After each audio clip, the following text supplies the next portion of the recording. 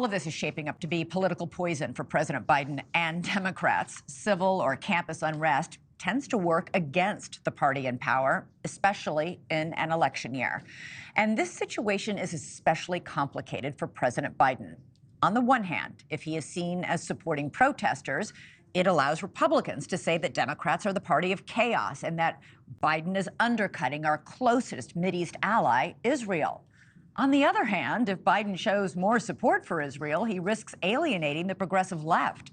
And we're already seeing his support drop among younger voters. A recent Harvard poll found that Biden leads Trump by 8 points among 18 to 29-year-olds. That's down from 23 points at the same time in 2020. NewsNation's political editor, Chris Stirewalt, joins me now. Always great to have you on the show, Chris. Why hasn't Biden spoke out on this? He's issued written statements.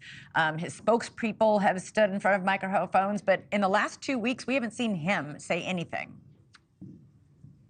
Well, he's not a particularly good spokesman, and he's particularly not good when it comes to delicate things like this.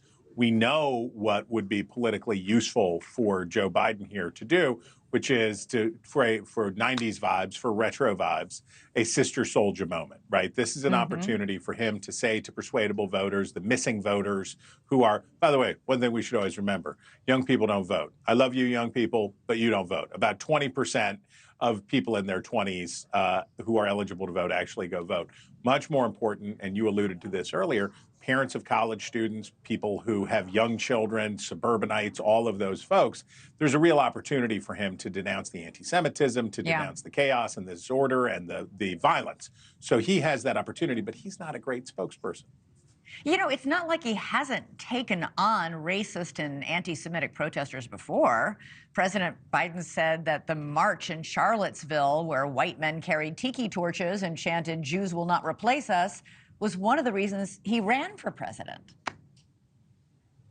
Well, you alluded to the politically complicated situation for the president, because there are a lot of Democrats, well, only about 8% of Democrats in a recent Pew poll said that they thought that support for Israel should be a high priority, that should be a top priority for the United States.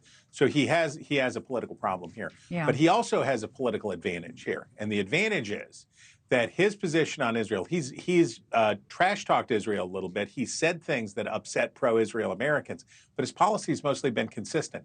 Now, public opinion will continue to swing back in favor of Israel because people are so grossed out by these protests, and they're so much hurting the pro-Palestinian cause that it'll actually make it easier for Biden in that way. How ironic. The protesters are actually having the exact opposite effect that they were hoping to bring about.